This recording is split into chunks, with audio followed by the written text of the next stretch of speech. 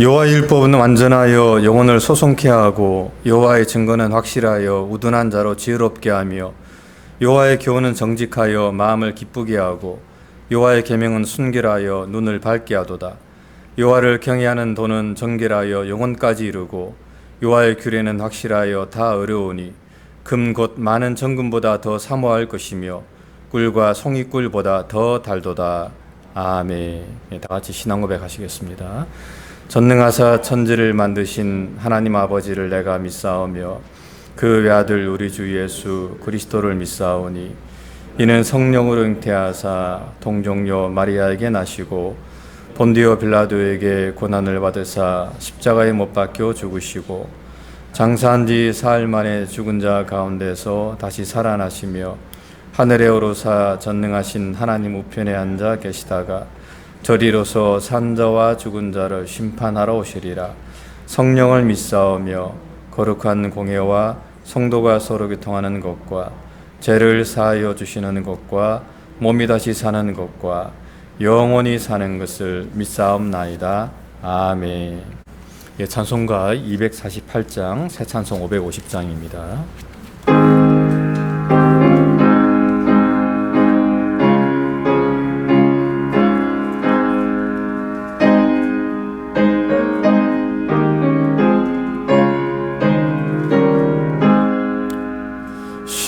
시온의 영광이 빛나는 아침 어둡더니 땅이 밝아오네.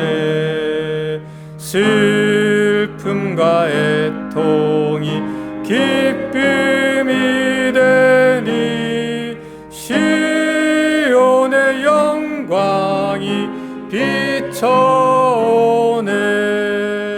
시온의 영광이 빛나는 아침 매였던 종들이 돌아오네. 오래전 선지자 꿈꾸던 복을 만민이 다 같이 누리겠네.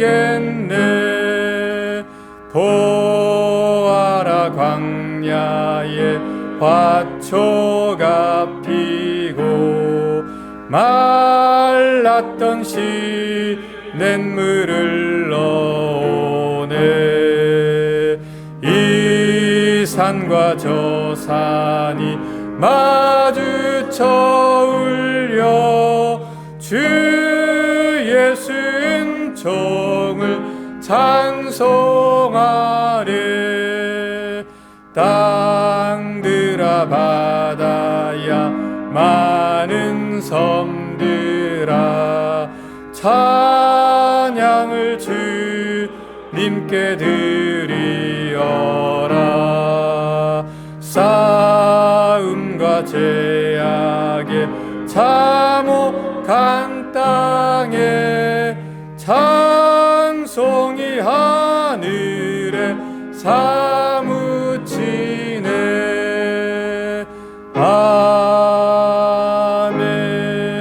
아멘. 신능지 장로님 기도 인도해 주시겠습니다.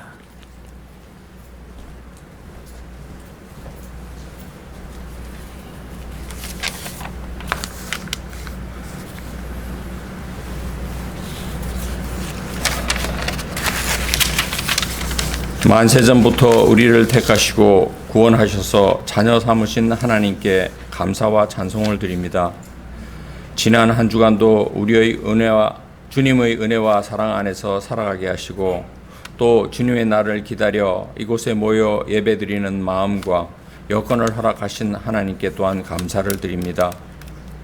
비록 우리가 살아가는 세상은 미래를 예측할 수 없고 질병의 위협과 국제정세의 불안정으로 인하여 어지러운 가운데 있지만 이런 상황은 오늘만의 일이 아니라 예전에도 있었고 앞으로도 반복되는 역사의 굴레 속에 있음을 인식하고 저희 믿음의 식구들은 어떠한 상황 가운데서도 주님을 처음 만났을 때의 감동과 각오를 생각나게 하셔서 하나님의 뜻을 이 땅에 이루는 도구로 사용되도록 지켜주시옵소서.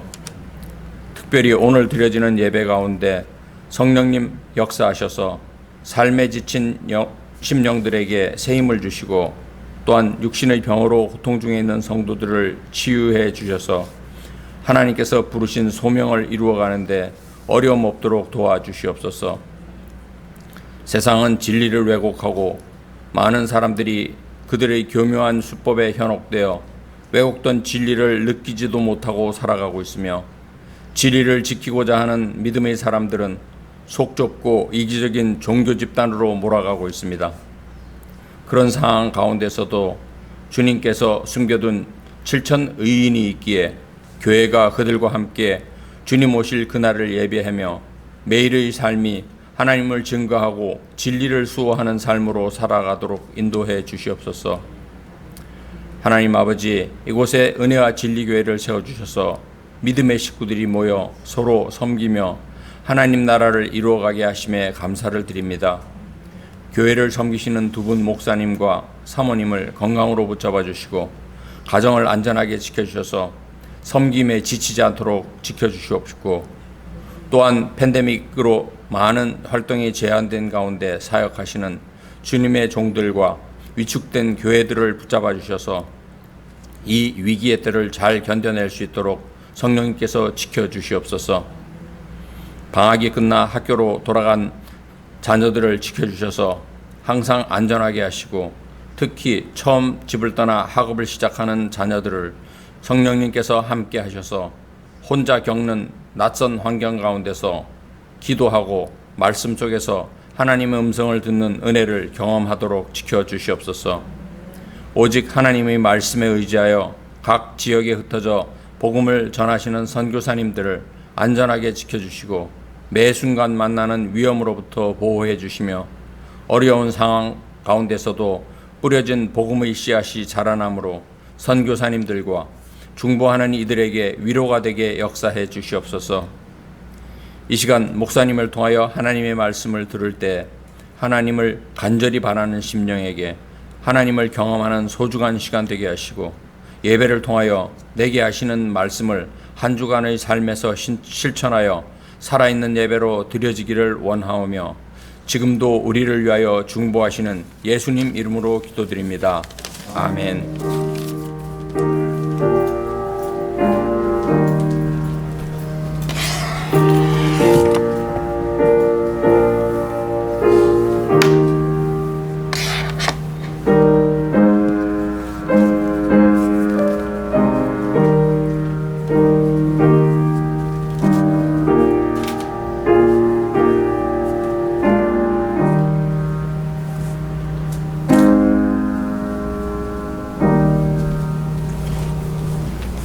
예, 말씀은 요한복음 18장 1절부터 11절까지 말씀입니다. 한 절씩 교독하도록 하겠습니다.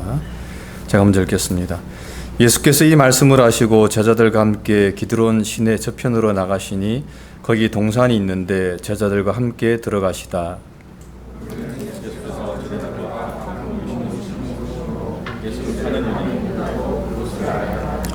유다가 군대와 및 대제사장들과 바리새인들에게서 얻은 하속들을 데리고 등과 회와 병기를 가지고 그리로 오는지라.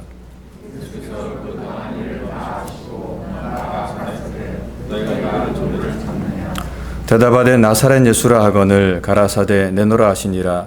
그를 파는 유다도 저희와 함께 섰더라.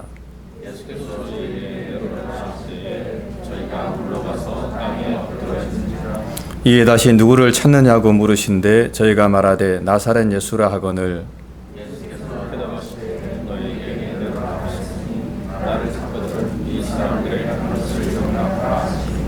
이는 아버지께서 내게 주신 자 중에서 하나도 잃지 아니하였삼나이다 하신 말씀을 응하게 하려 함이러라.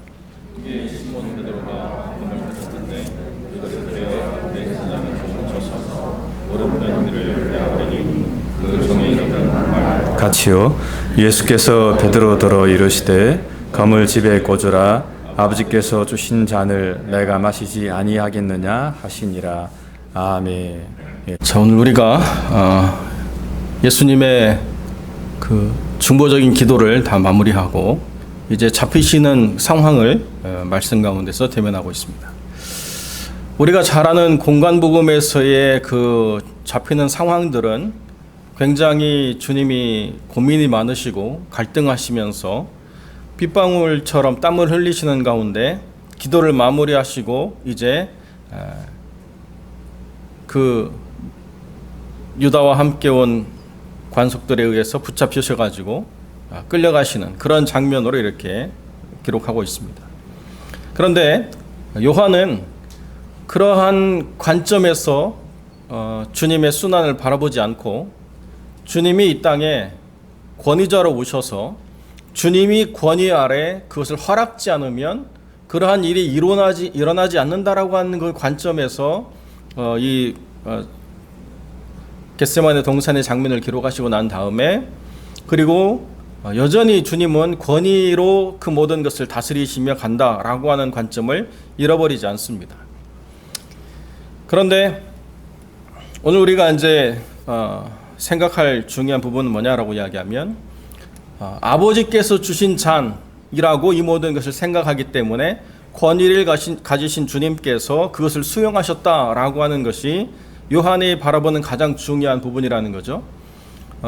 혹자들이 이야기하는 것처럼 무슨 민중을 개혁하다가 정권에 의해서 부당하게 죽음을 당한 그런 젊은 청년의 이야기가 아닙니다. 그런 어리석은 자들의 이야기를 우리가 조금도 받아들일 필요가 없죠. 요한은 모든 인생의 마무리되는 시점에서 다시 예수님을 말하는 복음을 기록해야 되는 중요한 사명을 생각할 때 공간복음이 바라보지 못했던 하늘의 관점으로 바라보는 그 복음의 메시지가 무엇인가라고 하는 것을 분명하게 전달해 주고자 했기 때문에 철저하게 주님의 그 모든 수역의 장면들이 영광을 가지신 주님이 허락하심으로 조금 들어온 그러한 모욕적인 장면으로 밖에는 기록하지 않고 여전히 주님은 모든 것을 가지신 하나님의 관점에서 계신다라고 하는 것을 분명히 이야기해 주고 있죠. 자, 그런데 본문의 말씀을 제가 준비하면서 예수님만 아버지께서 주신 잔이 있느냐? 그것은 각자의 심령에도 마찬가지로 하나님이 허락하신 잔이 있다라고 전 바라보게 되는 것입니다.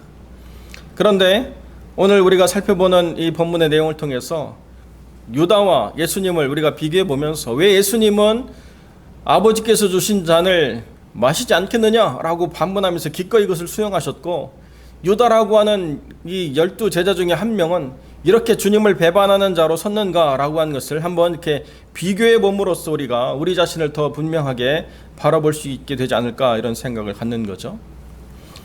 좀 과한 접근이 될지도 모르겠습니다.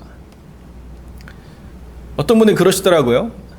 여러분 가룟 유다가 좀 궁금하지 않습니까? 성도들이 궁금합니다 그랬더니 여러분 조용히 화장실 가서 거울을 한번 보세요. 거기에 여러분이 궁금해하는 그 한 명의 영상이 있습니다. 그 얘기는 우리 내면 깊은 곳에 언제든지 그러한 약함이 있다라고 하는 것을 말씀하고자 했던 뜻이 아닌가 싶어요. 유다는 누군가? 유다는 하나님을 찬양하다라고 하는 이름을 가진 그런 의미고 12지파를 이룬 이스라엘의 아들 중에 한 명이죠. 야곱의 아들 중에 한 명인데 유다라고 하는 이름은 이스라엘 남자들이 선호하는 이름 중에 하나였습니다. 그래서 예수님 당시에도 유다라고 하는 이름은 굉장히 많았어요. 그래서 예수님의 12제자 중에도 유다가 또 있었기 때문에 특별히 예수님을 배반한 유다를 가룟 유다라고 이렇게 지명해서 부를 정도로 유다라고 하는 이름은 굉장히 보편적인 이름이었습니다. 근데 가롯 유다라고 이야기할 때 가롯이라고 하는 이 말은 뭐냐? 여러 가지 추정들이 있는데요. 예루살렘 근처 그 남부에 있는 어떤 도시가 아니었을까라고 이렇게 추정을 하는 것입니다. 확실하진 않아요.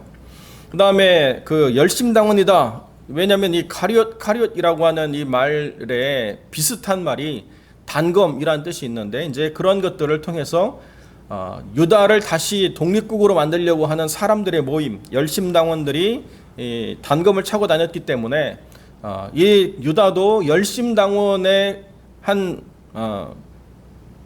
멤버십을 가지고 있는 그런 존재가 아니었을까 이렇게 생각하는 것이고요. 마지막 가설은 뭐냐면 초대 교회가 이 유다라고 하는 이름을 욕되게 부를 때 거짓의 아들이라고 하는 이름으로 이렇게 유다를 불렀는데 그 말이 변형이 되어서 캐리엇 이렇게 붙여졌다라고 하는 그 세 가지 가설이 있습니다. 그런데 어떤 말도 사실 이거다라고 확정 지을 수 없는 그런 부분이 있고요. 그렇지 않나라고 이렇게 추정하는 것들입니다. 그런데 그 원래 유다가 가룟이 아니고요. 요한복음 6장 71절에 보면 시몬이라고 하는 유다의 아버지가 가룟이라고 하는 이름을 가지고 있었어요. 가룟 시몬의 아들 유다예요. 무슨 말씀이 이해가 되세요? 그러니까 유다만 그렇게 불려진 게 아니고 그 아버지 시몬이라고 있는데 시몬에 붙어진 이름이 가룟이라고 하는 이름이라는 거예요. 그러니까 가룟 출신의 시몬의 아들 유다 이렇게 될 수도 있고요. 가룟 일을 하고 있는 시몬의 아들 유다. 그러니까 직업이나 어떤 지역의 출신에 대한 설명으로 가룟이라고 하는 말이 쓰여져 있다라고 이렇게 볼 수 있는 거죠. 제가 이거 이제 맨 세 번째는 이제 저의 해석이에요. 이거는 제가 사전을 보면서 찾아보고 해석하는데 가룟이라고 하는 말은 우리가 이제 한자 성경을 번역하면서 음차를 빌려와 가지고 그렇게 된 거고 이스카리엇이라고 하는 말로 헬라어 성경은 이렇게 되어 있는데 이걸 헬라어 성경 이스카리엇이라고 하게 온 것은 히브리 말을 또 헬라어로 바꾼 거예요. 그래서 이시기리엇 이렇게 되어 있는데 여러분 기럇 여아림 이런 도시 들어봤죠? 예, 기럇 여아림 뭐 기럇 할 때 그 기럇이 도시 타운 이런 뜻이거든요. city. 그래서 이시기리엇이라고 하는 것은 이시기럇 뭐 이스기럇 이렇게 얘기할 수 있는데 그 이스라고 하는 말은 뭔가를 설립하다 이런 뜻을 가지고 있고요. 가룟이라고 하는 말이 도시지 않습니까? 그러니까 시몬이라고 하는 사람을 우리가 바라볼 때 어떻게 바라봐야 되느냐? 이 말로만 따지면 사전적인 의미로 말로만 따지면 도시를 설립한 자. 뭐 이렇게 이해가 될 수 있는 거죠. 적어도 그 시몬이라고 하는 이 사람은 배움이 없거나 또는 아주 갈릴리에서 어부들처럼 힘든 노동력을 했던 사람이라고는 우리가 생각할 수 없는 거예요. 상당히 뭔가 배운 계층, 뭔가를 소유하고 있는 계층의 사람이라고 하는 것을 미루어 짐작할 수 있는 그러한 사람이라는 것을 알 수 있습니다. 그러니까 그 시몬의 아들인 유다도 아버지에 의해서 많은 것을 배웠고 또 많은 것을 누렸고 많은 것을 얼마든지 행할 수 있는 그런 능력을 경험했거나 가지고 있는 그러한 사람이라고 하는 것을 우리가 미루어 짐작할 수 있죠. 모든 예수님의 제자들은 다 갈릴리 지방에서 태어나고 자란 사람들이고 별로 그렇게 존중받을 만한 직업을 가지 못했다라고 한다면 유다라고 하는 이 인물만큼은 남들이 보기에도 호감 있고 남들이 보기에도 가까이 가고 싶은 뭔가 좋은 배경과 위치를 가지고 있는 그런 사람이다라고 하는 것을 전제하고 있다라고 이야기해도 전혀 잘못되지 않았다라고 저는 생각을 하게 됩니다. 자, 그래서 제자로서 유다는 어떤 일을 했느냐? 세리들이 있잖아요. 마태라고 하는 세리도 있고 그런데 그 세리보다 더 재무에 능해서 돈꾀를 맡았다라고 이야기하고 있어요. 그런데 돈꾀를 맡은 이 유다는 어떤 일을 했느냐? 그 돈꾀를 맡고 그것을 몰래 착복하는 일을 하는 짓을 벌였다는 거죠. 그래서 그 300데나리온이나 되는 그 향유를 부을 때에 굉장히 역정을 내고 책망을 하죠. 예수님 앞에서 그 여인을 책망합니다.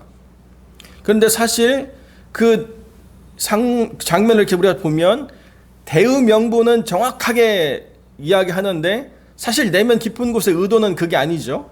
이러한 대의 명분을 통해서 300데나리온이나 되는 돈이 어디로 들어와야 돼요?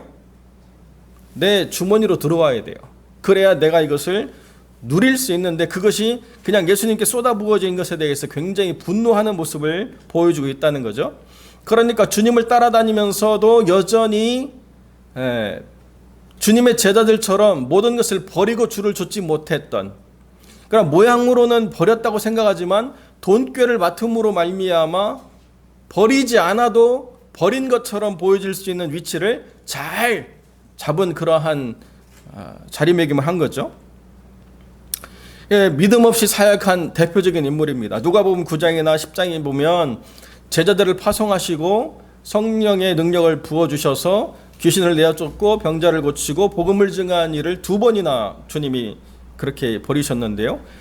9장에는 12제자들을 파송하시고 10장에는 70명의 제자들을 둘둘 짝지어서 보내시면서 아무것도 가지고 가지 마라, 그렇게 하나님의 능력을 경험해라, 너희들이 그 사역을 감당할 때 하나님이 너희들이 준비하지 않아도 다 예비하신 것을 맛보게 될 것이다 라고 하는 것을 경험하게 하고, 그리고 난 다음에 10장 17절에 돌아와가지고 막 제자들이 기뻐하면서 막 우리들이 행한 일에 대해서 막 고치돼가지고 막 스스로가 대단하다고 이야기할 때에, 그럴 때에 유다도 그 중에 한 명이었다는 것입니다. 자, 여러분, 그러니까 이게 지금 유다라고 하는 사람을 이루고 있는 가장 중요한 부분들이라는 거예요. 제자인데 주님이 요구하시는 그러한 기존의 모양은 갖추었지만 내면은 여전히 바뀌지 않은 사람, 여전히 믿음이 없어도 그 사역을 이끌어가고 있는 사람, 이런 사람이 사실은 굉장히 위험한 사람이라는 거죠.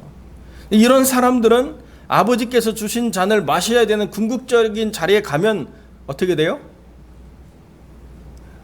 주님을 배신할 수밖에 없다는 거예요. 단 한 번도 세상을 버리고 하나님을 택해본 경험이 없기 때문에 그런 척만 하다가 정말로 세상을 버리고 하나님을 택하라 라고 이야기하면 분노하는 거죠. 원망하고, 왜 나를 이런 상황에 몰아넣어가지고 나를 힘들게 합니까? 라고 이야기할 수밖에 없는 그런 자리에 있다는 거죠. 여러분 보세요. 한 번도 유다는 책망을 받은 적이 없어요. 반면에 베드로는요, 하여튼 말만 했다 하면 주님이 그냥 그렇게 심하게 책망을 하세요. 제자 중에 사단으로 비견돼가지고 욕 얻어먹은 제자가 어디 있습니까? 요한복음 마지막에도 또 얘는 어떻게 됩니까? 했더니 신경 쓰지 말고 네 갈 길이나 가, 이렇게 또 이야기하시잖아요. 하여튼 베드로라고 하는 인물은 그렇게 주님한테 책망을 받아요. 여러분, 그런데요, 이게 미워해서가 아니에요. 왜 그러냐? 베드로와 주님과의 관계가 그만큼 밀접하고 베드로가 주님을 따르는 그 신뢰가 더 그렇게 크기 때문에 주님도 베드로라고 하는 인물에 대해서 표면적으로 대하는 게 아니고 내면 깊은 곳에서 영적인 그 쉐이핑을 해나가기 때문에 이렇게 책망하신다는 거예요. 그러니까 책망을 잘 듣고 그 책망 아래서 버릴 것을 버려버리고 어떻게 하나님 안에서 돌이켜서 성장할 것인가라고 하는 그 단계의 성장이라고 하는 것이 있기 때문에 훈계와 책망이 이에게는 굉장히 중요한 은혜가 되지만, 유다는 한 번도 주님이 책망하지 않았어요. 왜 그래요? 내게 주신 자가 아니기 때문에. 그러다 보니까 주님을 잡을 자리를 어디를 잡느냐? 그들이 가끔씩 모여서 하나님을 경배하며 기도에 집중하던 그 거룩한 자리를 주님을 잡을 자리로 생각해서 사람들을 끌고 오잖아요. 여러분, 우리 근대사를 한번 보십시오. 뭐 옳고 그름을 떠나서 청년들이 다 뭐 민주화를 위해서 뭐 투쟁하다가 어디로 몰려들었어요? 명동에 있는 성당으로 몰려갔습니다. 아무리 큰 정권이라도 거기는 건드리지 않았어요. 거기는 지켜줘야 될 보루라고 생각이 있기 때문에 거기는 건드리지 않습니다. 오히려 제발 좀 나가라고 이야기할 정도로 좀 힘들게 했는데요. 적어도 하나님의 거룩함을 경험한 자라고 이야기한다면 건드리지 말아야 될 영역이라고 하는 것에 대한 그 두려움이 있어야 되는데 사람이 두려워요. 사람이 있는 곳에서 체포했다가는 큰 화를 겪을 거기 때문에 사람이 없는 자리로 생각하니까 가장 좋은 자리가 뭐예요? 혼자 조용히 기도하시면서 하나님과의 깊은 교제를 갖는 그 자리가 사실은 주님을 포박할 수 있는 가장 좋은 자리라고 생각해서 그것을 아는 유다가 사람들을 끌고 그 자리로 가지 않습니까? 이게 유다라고 하는 사람이 그 인생의 마지막 정점까지 보여주고 있는 밑바닥의 부분이죠. 어느 한순간에 일어난 일이 아니라는 거예요. 어느 한순간도 참되게 주님을 따르면서 하나님이 주신 잔을 기꺼이 받을 삶의 준비의 과정이 전혀 없는 여정을 보여주고 있다는 거죠. 처음에는 그 좋은 자기의 가문에서 떠나서 주님을 따른다라고 이야기할 때 굉장히 뭔가 기대하고 뭔가 자기도 거룩을 담아내는 거룩한 훈련으로 동참하고 있다고 생각했을지 모르지만 가다 보면 점점 어떻게 돼요? 주님과 가까워지는 게 아니고 자꾸 가면을 쓰는 게 익숙해지고 자기를 내어버리는 것이 불편해지고 그러다 보니까 모든 것을 버리고 따르는 제자들의 모습 속에 있지만 돈꾀를 맡아서 얼마든지 버리지 않아도 버린 척을 할 수 있는 자리에 서서 그 찬란하신 빛 대신 주님 바로 뒤에서 어둠을 담당하는 역할들을 해나가고 있다라고 하는 모습을 우리가 분명히 보게 되죠. 여러분, 반면에 주님 어떻습니까? 나사렛 예수라고 찾는 것처럼 주님은 나사렛이라고 하는 갈릴리에서 자라셨습니다. 나진 않았지만은 우리가 잘 아는 대로 목수의 아들이었죠. 그리고 주님은 실질적으로 그 일을 30세 되기 전까지 수행하셨습니다. 어느 정도로 수행했느냐? 가버나움에 자기 스스로가 집을 마련할 정도로 성실하게 수행을 하셨어요. 그러니까 목수로서도 인정받는 성실함을 가지고 주님을 사셨다는 거죠. 이사야가 말하는 것처럼 질고를 겪었고 또 그 갈릴리에 있는 회당에서 예수님에 대해서 의문을 가질 정도로 학문적인 배경이라고 하는 것은 전혀 없었다는 것입니다. 반면에 유다라고 하는 것은 많은 것을 가지고 산 사람이었다는 거죠. 주님은 인간적으로 보면 어느 것 하나도 편안함이거나 또는 유익함이라고 하는 것이 없는 힘들고 어려운 삶의 여정을 겪으셨습니다. 물론 주님의 본질은 하나님이셨죠. 왜 6절에 내로라 할 때에 그 유다와 함께한 사람들이 뒤로 물러가서 땅이 굴렀습니까? 한밤중에 주님이 소리를 너무 크게 질러가지고 깜짝 놀라서 굴른 게 아니고요. 그 요한복음에서 네로라, I am that I am, 에고 에임이라고 하는 이 단어는 주님 스스로가 하나님의 성품을 가지고 계신 하나님이시라고 하는 이야기를 할 때에 강조되는 그러한 특별한 주님의 말씀이에요. 그래서 네로라라고 이야기하는 그 에고 에이미는 모세가 떨기니 나무의 불 가운데 하나님 만났을 때에 그 하나님의 걸어가신 이름, 스스로 있는 자니라 라고 하는 그 이름의 헬라어 번역이라는 거죠. 그러니까 주님께서 스스로의 본질을 조금만 드러내셔도 감히 주님을 잡으러 온 자들이 감당할 수 없는 엄청난 권위를 이미 가지고 계신 분이라는 거예요.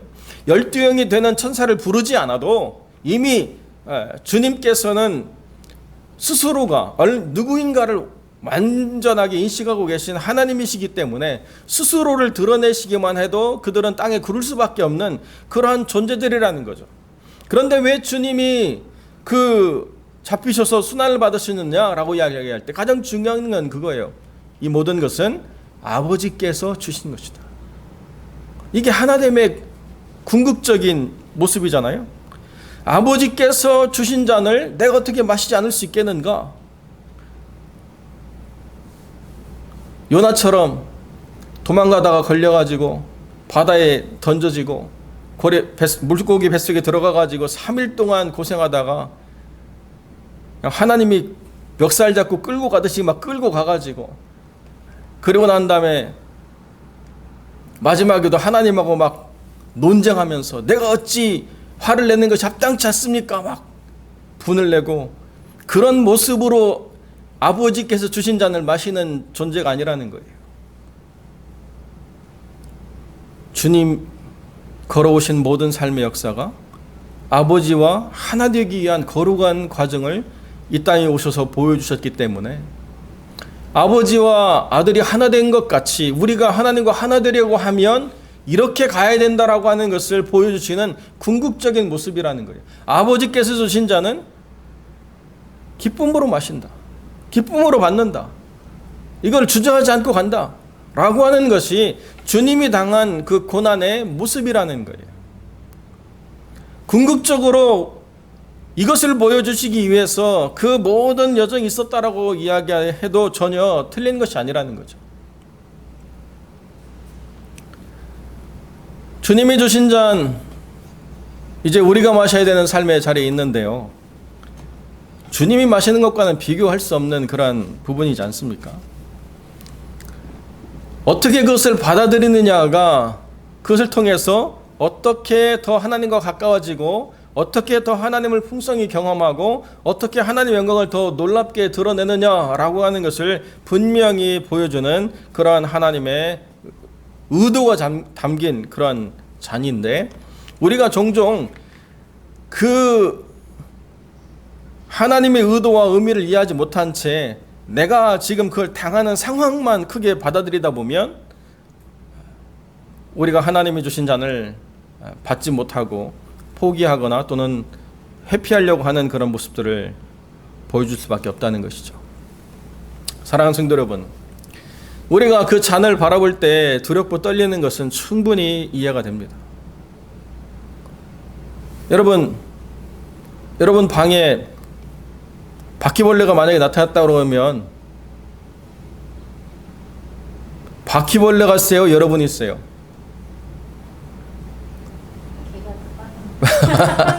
바퀴가 여러분보다 빠를 수 있지만 바퀴벌레가 여러분들을 잡아먹어서 무서워가지고 도망다니는 게 아니잖아요. 그죠? 그 자체가 싫은 거예요. 사실 바퀴가 여러분을 무서워서 도망다니고 있는데도 여러분들이 더 크게 소리 지르고 막 하지 않습니까?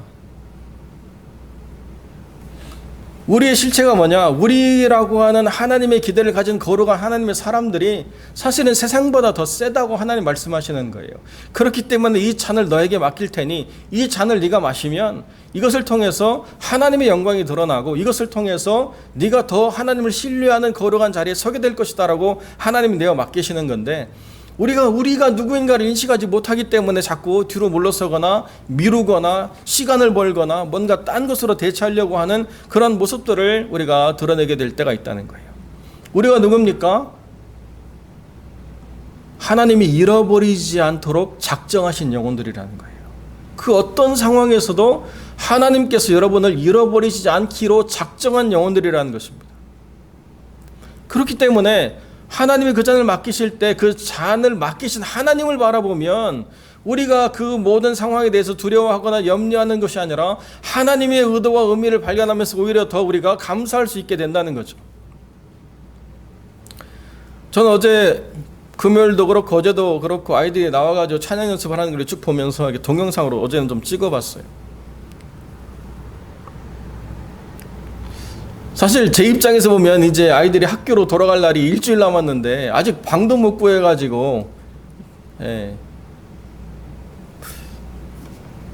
지금 그러고 있거든요. 제가 아이들한테는 계속 얘기했어요. 야 떨어? 하나님 다 하실 건데 뭐.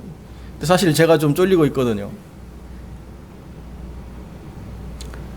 근데 아이들이 찬양을 준비하고 있는 모습을 보니까 그게 너무 좋은 거예요. 방 못 구한 것보다도 아이들이 이렇게 모여서 찬양을 연습하고 준비하는 이 시간을 하나님이 원하시지 않았는가라고 생각을 갖게 되더라고요. 그래서 비록 뭐 우리 아이 둘이 있고 없고를 떠나서 여기 여전히 하나님께서 예배는 세우시겠지만 그냥 아이들이 여기서 이렇게 찬양하고 같이 예배하고 즐거워서 웃고 떠들고 하는 그 모습 자체가 이게 하나님의 의도가 아닌가 하는 생각을 하니까 뭐가 좀 안 돼도 뭐 일주일이나 남았는데 뭐 이렇게 생각이 되고요. 정 안 되면 한 달간 호텔 모텔이라도 잡아가지고 있다가 집 나온 대로 구하지 뭐 이렇게 생각이 점점 여유를 갖게 되는 거죠. 하나님이 의도하신 게 있다라고 믿으면 상황은 바뀌지 않는데 바라보는 관점이 바뀌고 생각이 바뀌고 또 마음의 평안을 주시는 하나님께서 걱정과 염려를 누르게 해주셔서 그 모든 것이 하나님 안에서 다스려지게 된다는 말씀을 제가 드리는 거예요. 아무리 작은 거라도 내가 감당하기 힘든 부분들이 있을 수는 있겠지만은 그러나 하나님께서 오셔서 그 잔을 맡기실 때에 내게 맡기신 그 하나님, 그분의 의도와 그분의 신뢰를 내가 저버리고 싶지 않아서 그 잔을 마시겠습니다라고 이야기하는 것이 사실은 가장 좋은 것이죠. 주님이 말씀하시잖아요. 첫째 아들은 대답은 냉큼 잘했는데 하지 않고 둘째 아들은 신경질 부렸는데 조용히 가서 해놨다. 누가 순종한 거냐? 비록 신경질은 났어도 가서 순종한 아들이 진짜 순종이다.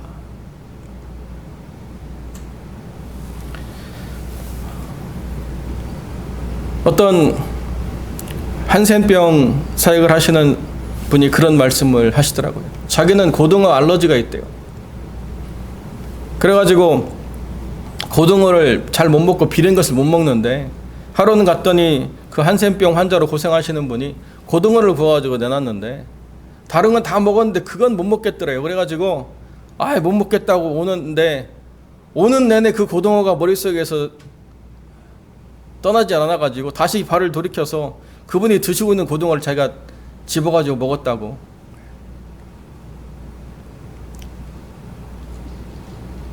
그런데 제 기억으로는 맞는지 모르겠지만 그 이후로 고등어 알러지가 없어졌다는 간증을 하시더라고요. 우리가 놀랍게 생각하는 많은 영역들 가운데에서 그 놀라움이라고 하는 건 사실 우리가 불편하게 여기고 아니라고 생각하고 부정적으로 여기고 거부하려고 했던 그 많은 것들을 깨뜨리라고 이야기하시는 하나님의 뜻 가운데 있었던 거예요. 어떻게 그런 일이 있지?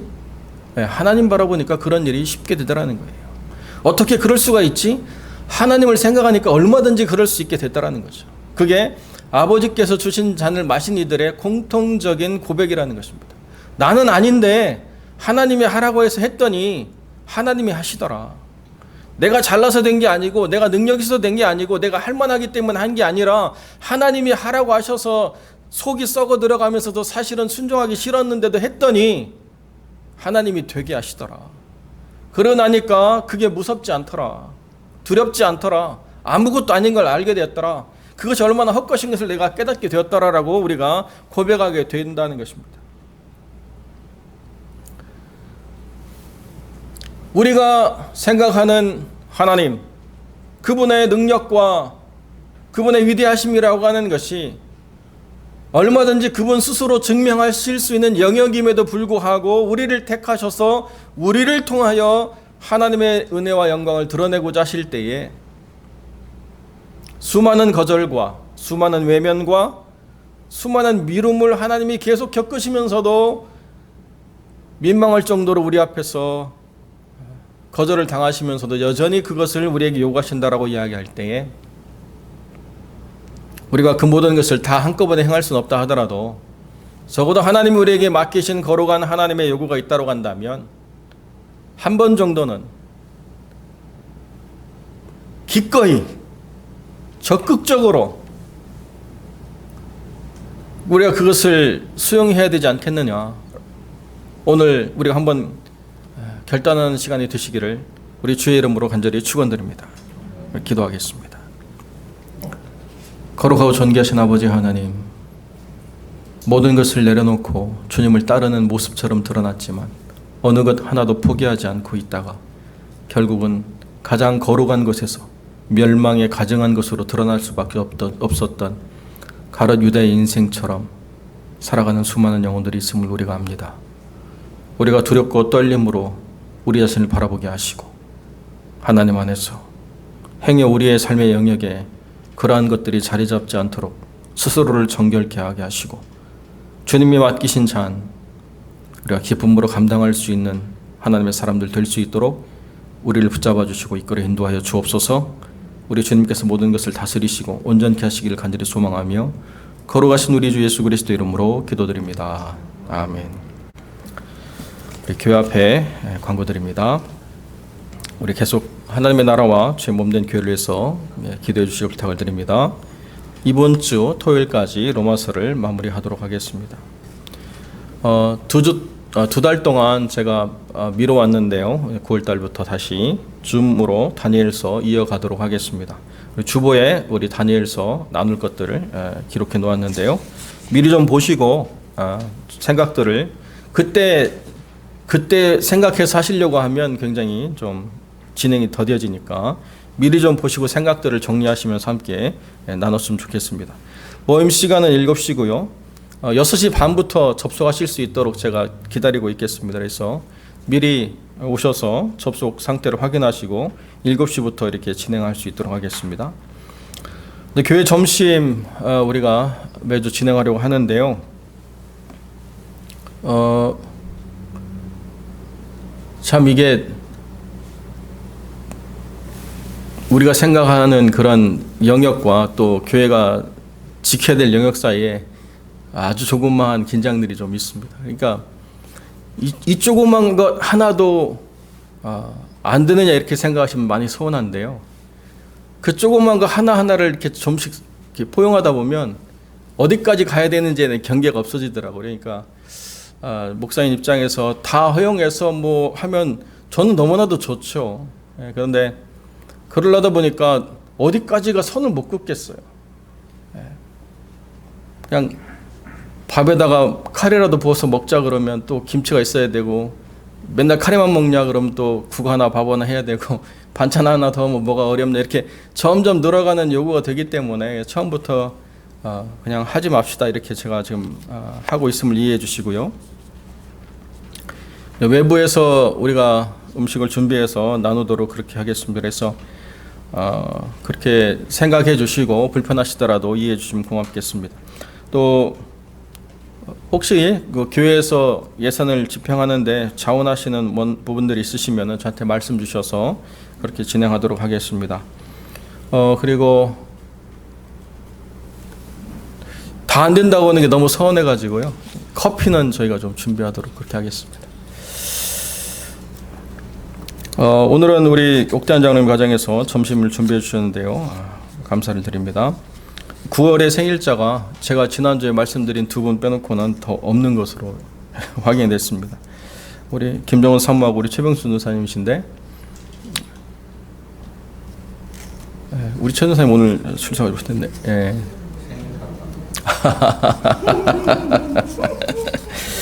하여튼 마음으로 축하드립니다. 우리 환우들 위해서 계속 기도해 주시길 부탁을 드립니다. 여전히 기도를 필요로 하는 부분들이 있으니까요. 여러분 위해서 기도해 주시고요.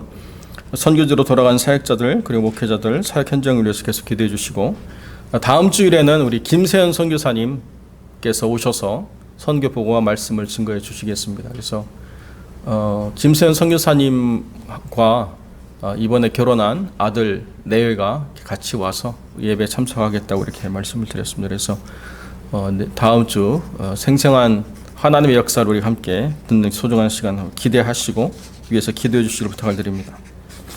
혹시 추가적인 광고의 말씀 있으시면 말씀 주시고요. 없으시면 우리 찬송 383장, 새 찬송 336장 함께 찬양드리겠습니다.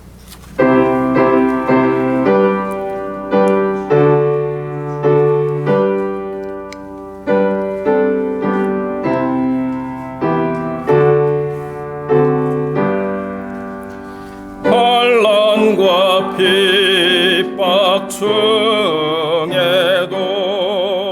성도는 신앙 지켰네. 이 신앙 생각할 때에 기쁨이 충만하도다. 성도의 신앙 따라서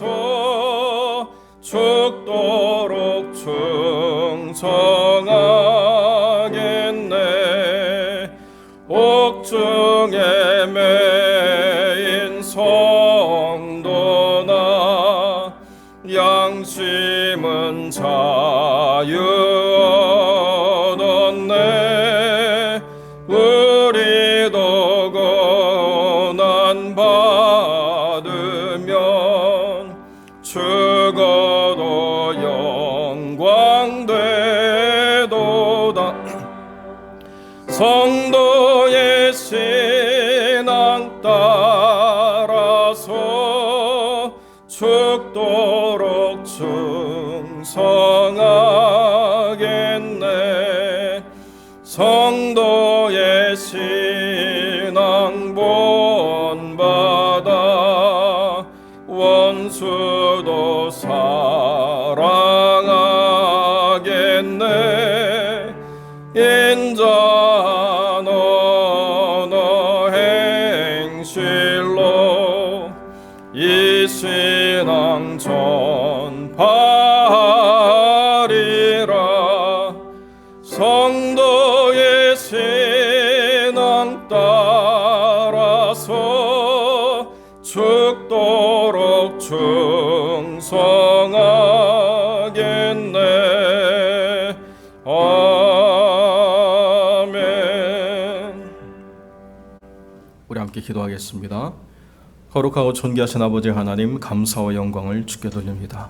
오늘도 거룩한 예배자로 서서 이 거룩한 자리를 기억하게 하시고 또 구별하게 하심으로 우리가 하나님의 거룩한 은혜에 참여하는 자가 되고 주님과 하나 되는 거룩한 자리에 서는 기쁨을 누리는 자가 되었사오니 이 한 주 동안 주님이 우리와 동행하시고 우리의 삶을 이끌어 인도하여 주옵소서.